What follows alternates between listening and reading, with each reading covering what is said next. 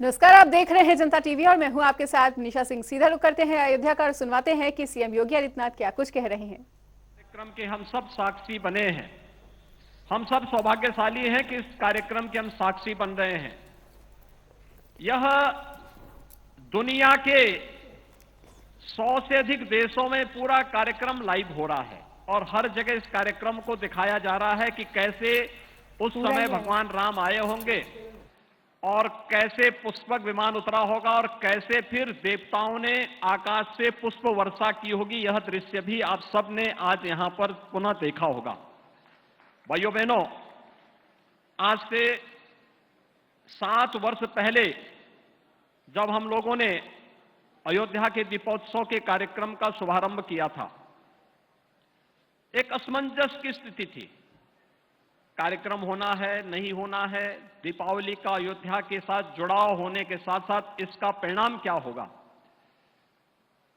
और उस समय सरकार के निर्णय, उस समय के हमारे सभी सहयोगियों ने मिलकर के पूज्य संतों के सहयोग से, जनप्रतिनिधियों के सहयोग से जिस कार्यक्रम को आगे बढ़ाया, आज वह उत्तर प्रदेश का और अयोध्या का एक न केवल बड़ा कार्यक्रम बना है बल्कि आदरणीय प्रधानमंत्री जी की एक भारत श्रेष्ठ भारत की परिकल्पना को साकार करता हुआ देश और दुनिया का एक यूनिक इवेंट भी बन रहा है। गत वर्ष हमारा सौभाग्य है, आदरणीय प्रधानमंत्री जी स्वयं इस कार्यक्रम के साक्षी बने। उनका मार्गदर्शन, उनका आशीर्वाद यहां आकर के मिला और आज उन्हीं के आशीर्वाद और उनके मार्गदर्शन और नेतृत्व में 500 वर्षों के इंतजार को दूर करते हुए अयोध्या में प्रभु राम के राम जन्मभूमि पर भव्य मंदिर के कार्यक्रम को भी हम सब अपनी आंखों से बनते हुए देख रहे हैं और जनवरी माह के इंतजार में सभी संत, सभी भक्त, सभी श्रद्धालुजन उस इंतजार के लिए अपने आप को तैयार किए हुए हैं। इस दौरान हमने नई अयोध्या को बनते हुए भी देखा है। यानी आज के दिन पर केंद्र और राज्य सरकार का मिलाकर के 178 परियोजनाओं पर 30,500 करोड़ रुपए की धनराशि अयोध्या के विकास के लिए खर्च हो रहा है। याद करिए, 30,500 करोड़ रुपए अयोध्या के विकास को, और यह तो सरकार का पैसा, केंद्र और राज्य सरकार का पैसा है। भाइयों बहनों, निजी क्षेत्र में भी बड़ा निवेश यहां होने जा रहा है। कुल मिलाकर के आप देखेंगे तो जब तक रामलला अपने स्वयं के भव्य मंदिर में विराजमान होंगे, तब तक भाइयों बहनों अयोध्या धाम में लगभग 50,000 करोड़ रुपए की परियोजनाएं यहां पे मूर्त रूप लेती हुई दिखाई देंगी। 50,000 करोड़ का मतलब लाखों लोगों के लिए रोजगार के सृजन की व्यवस्था भी। अयोध्या ऐसे ही हर व्यक्ति इसके प्रति आकर्षित नहीं हो रहा है। भगवान ने स्वयं ही कहा कि अवधपुरी सम प्रिय नहीं सोऊ, यह प्रसंग जानहि को। यानी अयोध्या से अधिक प्रिय मेरे लिए और कोई नहीं। यह प्रसंग हर कोई नहीं जानता है।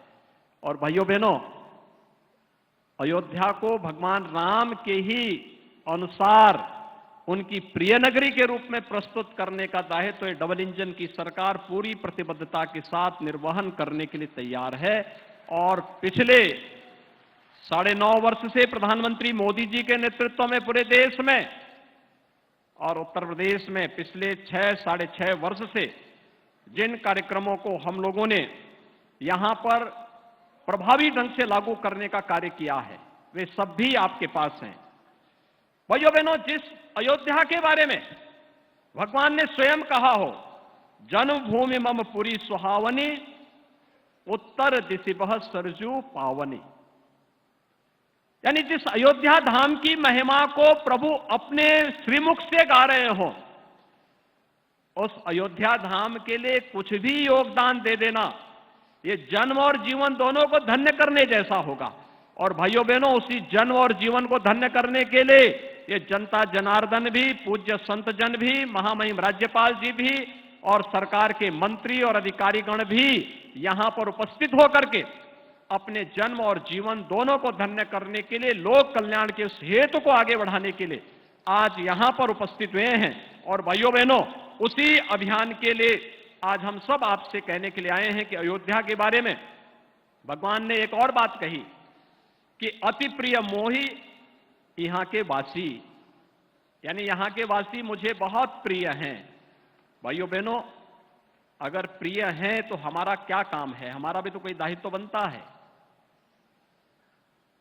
अयोध्या वासियों को मैं एक बात के लिए आश्वस्त करता हूं कि डबल इंजन की सरकार विकास के कार्यों के लिए और अयोध्या को दुनिया की सुंदरतम नगरी बनाने के लिए जिसका स्वरूप उभर रहा होगा, जिसका एक झलक आप देख रहे होंगे।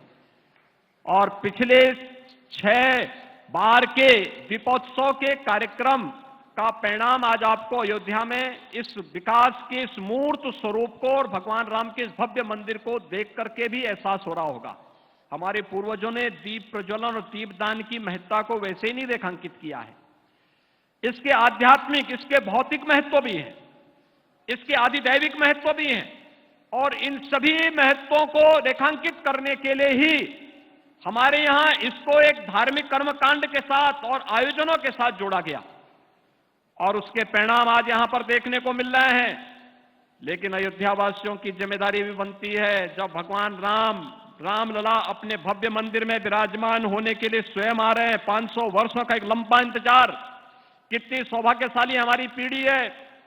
पूज्य संतों ने, राजा महाराजाओं ने, योद्धाओं ने, वीर योद्धाओं ने अनेक युद्ध लड़े और भाइयों बहनों, यहां पे विश्व हिंदू परिषद और राष्ट्रीय स्वयंसेवक संघ के नेतृत्व में चला एक सदी का सबसे बड़ा सांस्कृतिक अभियान, सदैव अशोक सिंघल जी के नेतृत्व में पूज्य संतों ने,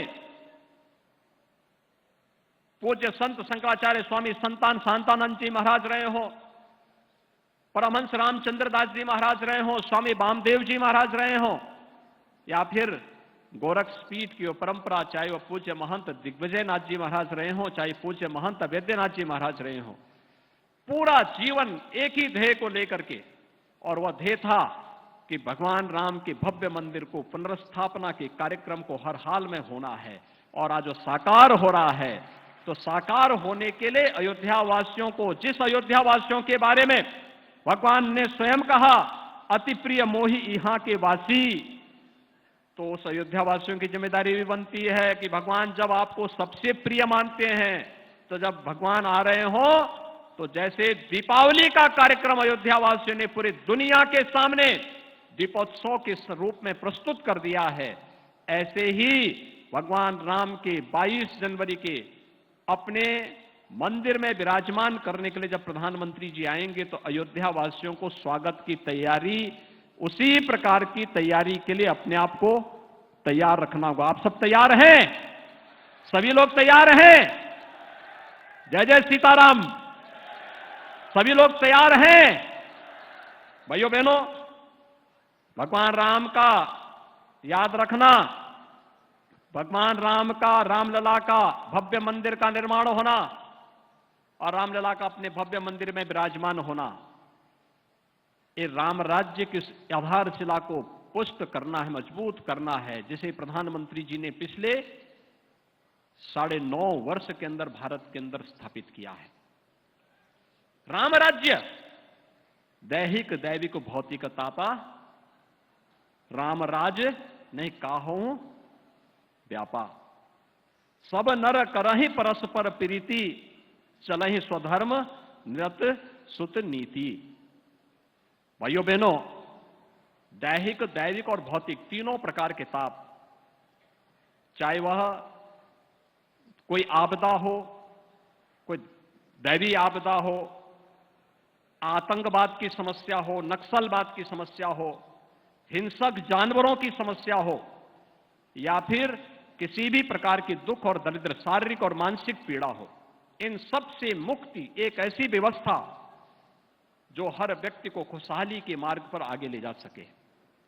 गरीबों के लिए जो योजनाएं बनी, हर घर में शौचालय बन गया, हर गरीब के लिए आवास की व्यवस्था हो गई, हर गरीब को विद्युत की कनेक्शन मिल गए, हर गरीब के घर में स्वस्थ ईंधन के लिए उज्ज्वला योजना के कनेक्शन मिल गए, हर गरीब के स्वास्थ्य के लिए आयुष्मान भारत की 5 लाख रुपए की स्वास्थ्य बीमा का कवर मिल रहा है। हर गरीब के लिए वे सभी सुविधाएं, और अपने और पराये का आभास भाइयों बहनों तब होता है जब व्यक्ति संकट में होता है। हमने पहले दीपोत्सव को पूरी भव्यता के साथ एक नई ऊंचाई तक पहुंचाते रहे, लेकिन अगले 3 वर्ष हमारे लिए कठिन थे जब कोरोना महामारी ने आ घेरा था, लेकिन तब भी हमने दीपोत्सव के कार्यक्रम को बाधित नहीं होने दिया। और हम तो आभारी हैं, माननीय राज्यपाल महोदय भी हर कार्यक्रम में भागीदार बनती थी। कितनी भव्यता के साथ ये सभी कार्यक्रम होते थे, और उस समय फ्री में टेस्ट, फ्री में उपचार, फ्री में वैक्सीन, दुनिया के अंदर वैक्सीन फ्री में देकर के कोरोना जैसी दुनिया की इस सदी की सबसे बड़ी महामारी को ऐसे समाप्त किया प्रधानमंत्री जी ने, जैसे छू मंतर होकर के एकदम वैक्सीन रामबाण साबित हो गई। भारत का वैक्सीन सबसे प्रभावी हुआ। मात्र 9 महीने के अंदर वैक्सीन बन जाना आज तक कभी नहीं बन पाया, अकेले भारत ने बना के दिखाया। ये नेतृत्व का गुण है। और भाइयों बहनों, यही नहीं, इस दौरान कोई भूखमरी का शिकार भी न हो। अगर राम राज्य की बात कर रहे हैं, जाति मत और मजहब के आधार पर नहीं, सर्वे भवन्तु सुखिनः सर्वे सन्तु निरामया के भाव के साथ कार्य करेंगे। सबका साथ और सबके विकास के भाव के साथ जो कार्य किया वो परिणाम भी हमारे सामने। 80 करोड़ लोगों को पिछले 3 वर्षों, साढ़े 3 वर्षों से फ्री में राशन, और अगले 5 साल तक भी फ्री में राशन सबको प्राप्त होता रहेगा। किसी को चिंता करने की आवश्यकता नहीं, क्योंकि डबल इंजन की सरकार भगवान राम को आराध्य मान करके, आदर्श मान करके कार्य कर रही है। और उसी भगवान राम को आदर्श मान करके आज एक बार फिर हम सब अयोध्या में आए हैं। अयोध्या वासियों की जिम्मेदारी अब और ज्यादा बन रही है। आतिथ्य सेवा का, अतिथि देवो भव का इस पवित्र अभियान के साथ हमें जुड़ना है। याद रखना, अयोध्या में जितने पर्यटक और श्रद्धालु वर्तमान में आ रहे हैं, 22 जनवरी के बाद यानी मकर संक्रांति के बाद इसकी संख्या इससे 10 गुना होने जा रही है। और मैं तो आभारी हूं यहां के सभी पूज्य संतों का, यहां के जनप्रतिनिधियों का, यहां के व्यापारियों का, यहां के नागरिकों का, समाज से जुड़े हुए अलग अलग तबके का, जिन्होंने विकास के मार्ग में कोई बाधा नहीं आने दी, कोई बैरियर नहीं आने दिया। कोई भी कहा कि नहीं अयोध्या उपेक्षित थी, अब अयोध्या उपेक्षित नहीं होगी। रामलला आ रहे हैं, रामलला के आने के पहले अयोध्या भव्य बन जानी चाहिए, दुनिया की सबसे सुंदरतम नगरी बन के रूप में आ जानी चाहिए। और भाइयों बहनों, इसी का परिणाम है कि 30,500 करोड़ रुपए से अधिक की परियोजनाएं एक साथ अयोध्या में उतरती हुई दिखाई दे रही हैं। इस अवसर पर मैं एक बार फिर से पूरे प्रदेशवासियों को दीपावली की शुभकामनाएं देता हूं, बधाई देता हूं। दीपोत्सव को हम अपने स्वयं के आनंद के लिए तो लें, अपने पारिवारिक आनंद के साथ साथ अगर हम समाज को भी उसके साथ जोड़ लें, दीपोत्सव का आयोजन ही समाज के हर तबके को जोड़ने का आयोजन है। और भगवान ने यही तो किया था। अयोध्या से गए, निषाद राज को गले लगा लिया, जंगल में गए, चित्रकूट में गए, ऋषि मुनियों के आश्रमों में जाकर के उन्हें अभय होने के लिए एक संकल्प लेकर के बढ़े। और एक ही संकल्प था, निस्सरहीन करहु मही भुज उठाए प्रण कीन। और भाइयों बहनों, राक्षस विहीन कर दिया इस धरती को। बड़े बड़े राक्षस थे, उनके पास बड़ी बड़ी टीमें थी, बड़े बड़े उनके पास सेनाएं थी, सब स्वाहा हो गए। और भाइयों बहनों,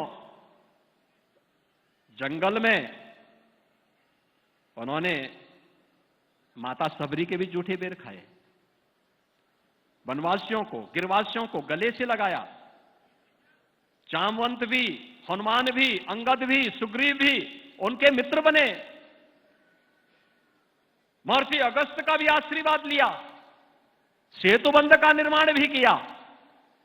और अयोध्या आगमन पर राम राज्य की आधारशिला की नींव को रख करके दुनिया की सबसे आदर्श व्यवस्था के रूप में किसी एक व्यवस्था को दुनिया आज भी मानती है, वह राम राज्य की व्यवस्था को मानती है। और राम राज्य की इसी आधारशिला आधार भूमि को देखने के लिए भाइयों बहनों उत्तर प्रदेश में अयोध्या में आज 54 देशों के एम्बेसडर्स और राजनयिक आ रहे हैं।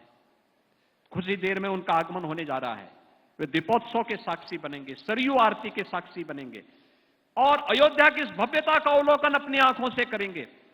और सचमुच अयोध्या वासियों का अभिनंदन भी इस अवसर पर करने का एक सौभाग्य हम सबको प्राप्त होगा। और इसीलिए 22 जनवरी के इस महोत्सव के लिए हम सब तैयार, अभी से तैयारी शुरू करें। यह हम सब का अपना आयोजन बने। अयोध्या वासियों का, संतों का हर व्यक्ति पूरे प्राणपण के साथ जुड़ करके श्री राम जन्मभूमि तीर्थ क्षेत्र ट्रस्ट के साथ मिलकर के, सरकार के साथ मिलकर के अगर इस कार्यक्रम के साथ हम जुड़ेंगे, भाइयों बहनों, हमारी अयोध्या दुनिया की सुंदरतम नगरी के रूप में स्थापित होगी। और इस विश्वास के साथ मैं आप सबको एक बार फिर से अपनी मंगल कामना देता हूं, दीपावली की हृदय से बधाई देता हूं, अपनी शुभकामनाएं देता हूं। और मुझे विश्वास है कि हम सब मिलकर के प्रभु श्री राम के भावनाओं के अनुरूप, उनके आदर्शों के अनुरूप अयोध्या को और उत्तर प्रदेश को बनाने के इस लक्ष्य की दिशा में अग्रसर होंगे। मैं एक बार फिर से आज के इस कार्यक्रम में महामहिम राज्यपाल जी का, पूज्य संतों का, आगत सभी अतिथियों का और दुनिया के 54 से अधिक देशों से आ रहे सभी राजनयिकों का हृदय से स्वागत और अभिनंदन करते हुए अपनी वाणी को यहीं पे विराम देता हूं। जय जय सीताराम, जय जय श्री राम। बहुत बहुत धन्यवाद माननीय मुख्यमंत्री महोदय। और आज एक हिंदी के राष्ट्रीय समाचार पत्र में माननीय मुख्यमंत्री का एक लेख छपा था और उस लेख में माननीय मुख्यमंत्री ने स्वयं लिखा था कि अयोध्या बदल रही है। और माननीय मुख्यमंत्री महोदय के उस लेख में उन्होंने लिखा कि ये सांस्कृतिक अयोध्या है, आयुष्मान अयोध्या है, सक्षम और आधुनिक अयोध्या है, सुरम्य, स्वच्छ और भावनात्मक, नव्य, भव्य और दिव्य अयोध्या है।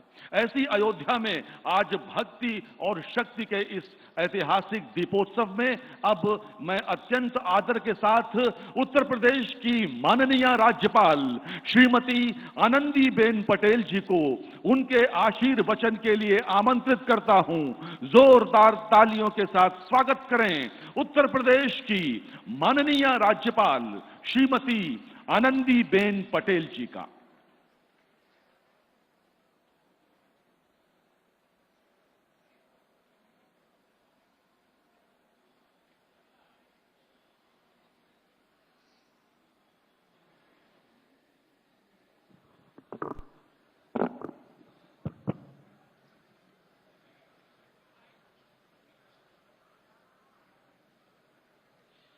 उत्तर प्रदेश के यशस्वी मुख्यमंत्री आदरणीय योगी आदित्यनाथ जी, माननीय उप मुख्यमंत्री श्री ब्रजेश पाठक जी, पूज्य नृत्य गोपाल दास जी महाराज, माननीय मंत्री श्री जयवीर सिंह जी, माननीय मंत्री श्री सूर्य प्रताप शाही जी, उपस्थित सभी संतगण, आमंत्रित सभी महानुभाव, अलग अलग देशों से आए हुए राजनयिक, देवी और सज्जनों, अध्यात्म नगरी, संस्कृति पर्यटन की नगरी अयोध्या में आप सबका मैं स्वागत करती हूँ। भारतीय संस्कृति में पर्व का विशेष महत्व है। तमसो मा ज्योतिर्गमय का प्रतीक पर्व दीपावली हमें अंधेरे से लड़ने की प्रेरणा देता है। कई श्रृंखला में मनाए जाने वाले ये पर्व हम सभी को सुख, समृद्धि और वैभव के साथ स्वस्थ तथा धन धान्य से परिपूर्ण रहने का संदेश देता है। वास्तव में हमारे सभी पर्व भारतीय संस्कृति और परंपरा को मजबूत बनाने में महत्वपूर्ण भूमिका निभाती है। मैं आप सभी को संपन्नता और समृद्धि के प्रतीक पावन पर्व दीपावली की हार्दिक शुभकामनाएं देती हूँ। आज हनुमान जयंती भी है।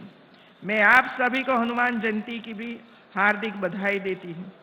अयोध्या पावन धरा पर स्थित भगवान श्री राम के एकनिष्ठ भक्त बजरंग बली का विशाल मंदिर हनुमानगढ़ी युगों युगों से राम भक्तों की आस्था का केंद्र स्थल रहा है। शायद ही ऐसा कोई राम भक्त होगा जो अयोध्या आकर वहां के दर्शन न करे। इसके साथ ही मैं प्रदेश के यशस्वी मुख्यमंत्री योगी आदित्यनाथ जी की प्रशंसा करती हूं कि उनके प्रयासों से लगातार यह 7वां कार्यक्रम आयोजित हो रहा है। यह दिव्य दीप उत्सव कार्यक्रम भगवान श्री राम की नगरी अयोध्या को सारे विश्व में पुनः प्रतिष्ठित कर रहा है। भगवान राम की जन्मस्थली अयोध्या का इतिहास पूरा, यहाँ के कण कण में राम विराजमान है।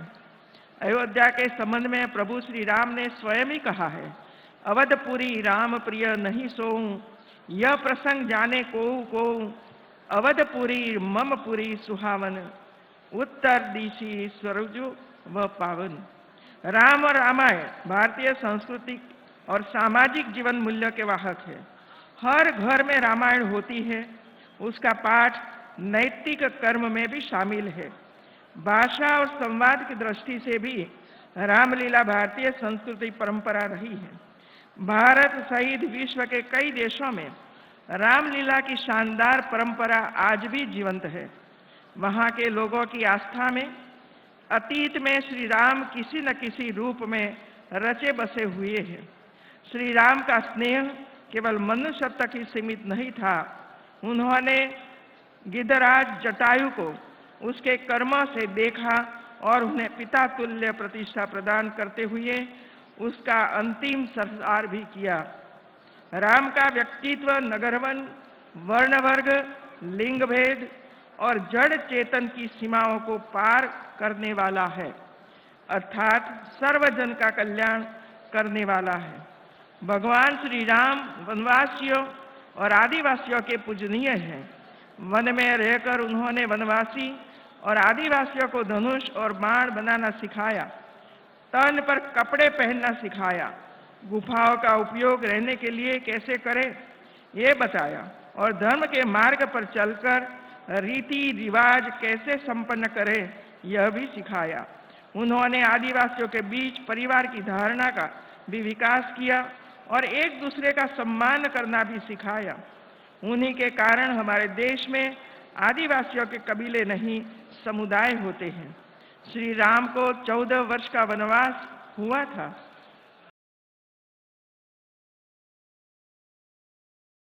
वर्ष की समाप्ति के दौरान सीता का हरण हो गया तो बाद के 2 वर्ष उन्होंने सीता को ढूंढने, वानर सेना का गठन करने और रावण से युद्ध करने में गुजारे।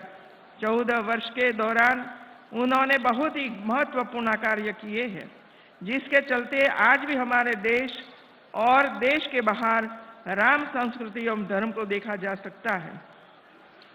श्री राम का चरित्र हम भारतीयों को सेवा, त्याग, सत्य और न्याय के भाव का संदेश देता है। इतना ही नहीं, इसमें करुणा, शांति, प्रगति और संवेदना सब कुछ समाया है। उनका अलौकिक चरित्र हमारे लौकिक व्यवहार और विचार को भी परिष्कृत कर सकता है। अयोध्या धाम में श्री राम मंदिर हमारी सांस्कृतिक एकता और वसुधैव कुटुंबकम का प्रतीक है। अयोध्या धाम का विकास एक विश्व पटल पर स्थापित धार्मिक पर्यटन नगरी के रूप में हो रहा है। मंदिर निर्माण के फलस्वरूप अयोध्या धाम में रोजगार सृजन एवं आर्थिक गतिविधियों का भी उन्नयन होगा। इस क्षेत्र में पूरे अर्थतंत्र में बदलाव एवं हर क्षेत्र में सभी लोगों के लिए अवसर की उपलब्धता होगी। आज के अवसर पर मैं इतना अवश्य कहना चाहूंगी कि श्री राम का जीवन एक जन कल्याण से जुड़े उनके भाव सबसे अधिक प्रासंगिक है। राम का जीवन ऐसे आदर्शों और संघर्षों का एक ऐसा श्रेष्ठतम उदाहरण है जिन्हें जन सामान्य अपने जीवन में उतारे तो सभ्य और संवेदनशील समाज की रचना की जा सकती है। संयमित, मर्यादित और संस्कारित जीवन आज मानवीय मूल्यों की रक्षा के लिए जरूरी लगता है। सरयू के पावन तट पर प्रज्वलित दीप घाटों की छटा को मनोरम, अद्भुत एवं अविस्मरणीय बना रहे हैं। मुझे इस बात की प्रसन्नता, पूजा एवं आरती का यह कार्यक्रम यहाँ उपस्थित जनसमूह को आनंदित एवं भक्ति के रस में सराबोर होने का अनूठा अवसर उपलब्ध कराया है। आज के पावन अवसर पर हम संकल्प लें कि भगवान राम के आदर्शों पर चले और वसुधैव कुटुंबकम की भावना को सार्थक बनाते हुए आत्मनिर्भर भारत के निर्माण में सहयोग करें। आज के अवसर पर मैं यह भी कहना चाहूंगी कि हर बार की तरह इस बार भी हमारे त्योहारों में हमारी प्राथमिकता हो वोकल फॉर लोकल और हम सभी मिलकर आत्मनिर्भर भारत के सपने को पूरा करें। दिवाली के लिए हम ऐसा सामान खरीदें जिसमें मेरे किसी देशवासी के पसीने की महक हो, मेरे देश टैलेंट हो, उसके बनने में मेरे देशवासी को रोजगार मिला हो। वैसे भी हम सभी लोगों को रोजमर्रा की जिंदगी की कोई भी आवश्यकता हो तो हम लोकल सामान को ही प्राथमिकता दें। अगर लोकल सामान खरीदते हैं तो मेक इन इंडिया को बढ़ावा मिलता है। मेक इन इंडिया से ही विकसित भारत का सपना साकार होगा। हम सब जब भारत में बने भारतीयों द्वारा बनाए गए अपनी दिवाली रोशन करेंगे और अपने परिवार की हर छोटी छोटी आवश्यकता लोकल से पूरी करेंगे तो दिवाली की जगमगाहट और ज्यादा बढ़ेगी। इसके साथ ही उन कारीगरों की जिंदगी में एक नई सुबह आएगी और उनका जीवन शानदार बनेगा। अंत में मैं आप सभी को एक बार फिर दिवाली की पर्व की अनेक अनेक शुभकामनाएं देती हूं। आप सभी परिवार सहित खुशियां मनाएं, स्वस्थ रहे, आनंद में रहे, यही मेरी शुभकामना है। जय हिंद, जय श्री राम।